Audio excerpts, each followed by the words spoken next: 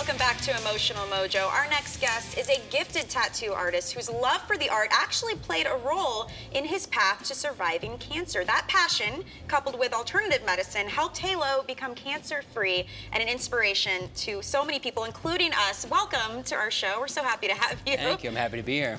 You have a really cool story. So it's kind of hard to just say, start from the beginning, but we kind of want you to give us maybe the Cliff Notes version. I don't know. Well, I tattoo full time, so I don't necessarily pay attention to normal things like health. I had let my health go for so long, working long hours and eating a lot late at night, and probably the wrong things, drinking too much and stuff.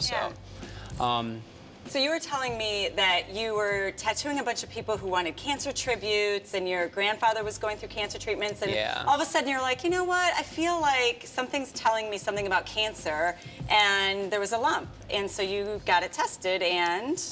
yeah, I came up, I ended up having cancer. The one thing that they noticed was testicular cancer, which was an easy... It was an easy thing to deal with. They kind of just let that go. Afterwards, they started noticing I still had cancer cells in my blood, and they wanted to take my lymph nodes out. They wanted to do chemotherapy. And, but you chose an alternative path. What made you decide, I want to try some alternative methods of treatment?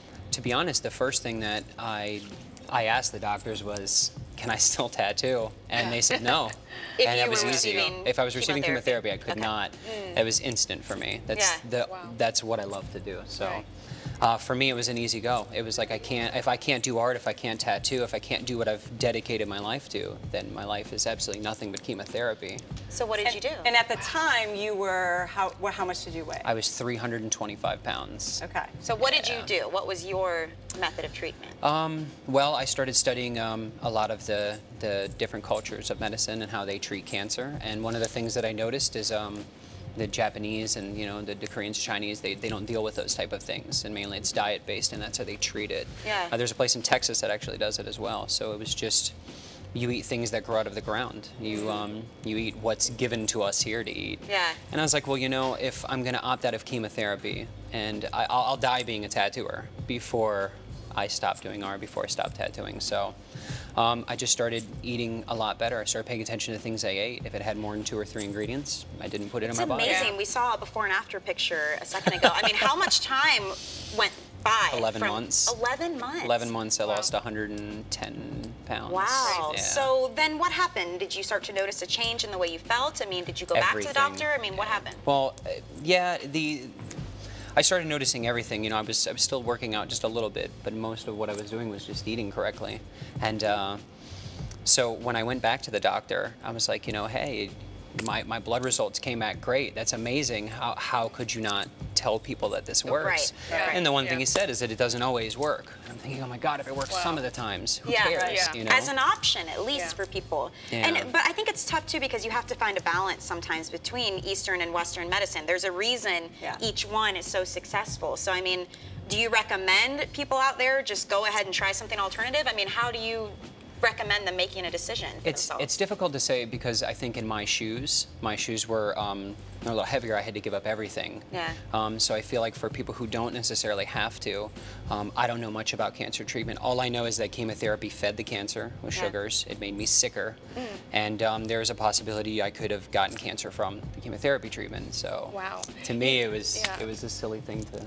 It's very interesting, because the first question that you asked was, can I still tattoo with the chemotherapy? And I'm wondering how much mind over matter came into play with you making your decision to have alternative medicine. I think, especially in my shoes, have you guys ever watched Fight Club? Oh, yeah. I have a tattoo of Tyler Durden. And do you really? Yeah, big too. And everyone's like, you got Brad Pitt on you. And I'm like, no, I have Tyler Durden on me. One of the things that I try to do a lot is I always tell my girlfriend, especially, I'll be like, I Durden it. There's times when I'm nervous, I will Durden, and I'll put myself into a new shoes, into something else. So when I started this transition, it was a lot of mind over matter. I was not a fat person trying to get skinny. I was not a cancer patient trying to not have cancer, you know. I was a healthy, fit person. This is how I was. This is who I am. It's a lifestyle change, for Absolutely. sure. And the other artists in your studio and the other people that you're with say that you're so inspirational just by what you just said. I mean, just by being the living example. Like you said, I didn't lose weight to, like, you know, get all svelte. It was that it literally saved my life. Yeah, absolutely. And I try to instill that into the guys at my shop. All the people I work with, I work side by side with. I'm not their boss. I work with them. And I try to make them all better than what they are, you know, just by projecting themselves to be better. You don't have to necessarily do better now, but you have to project yourself as a better person consistently, daily, because it travels and it shows in everything that you do. So. Well, and I love your story because you're all tatted up and you're not our typical weight loss cancer survivor story. I like that. And you know, and you're not our typical I lost weight and eat from the earth kind of, you know, granola eating story either. You know? You're just a cool like dude. that. We're so happy you shared that story with us, and I really hope some people at home, and I'm sure they were touched by your story, and it made them think a little bit, do a little research, figure out what works best for you. We're going to have you stick around because we've got 2 questions from some viewers that maybe you can chime in on. Love to. Okay, so here's our first one. It comes from Anthony in Tampa. He says, I am so tired of people judging me by the way I look. I like to wear lots of dark colors. I like heavy metal. I'm a pretty big dude, but I'm also a nice person, which is not how I'm treated at all. People stare at me, and I've had a hard time with dating. How can I get people to stop freaking out when they see me without having to change my look? I want to be who I am. I'm going to go ahead and let Halo answer this. Because you were like, I was reading the question.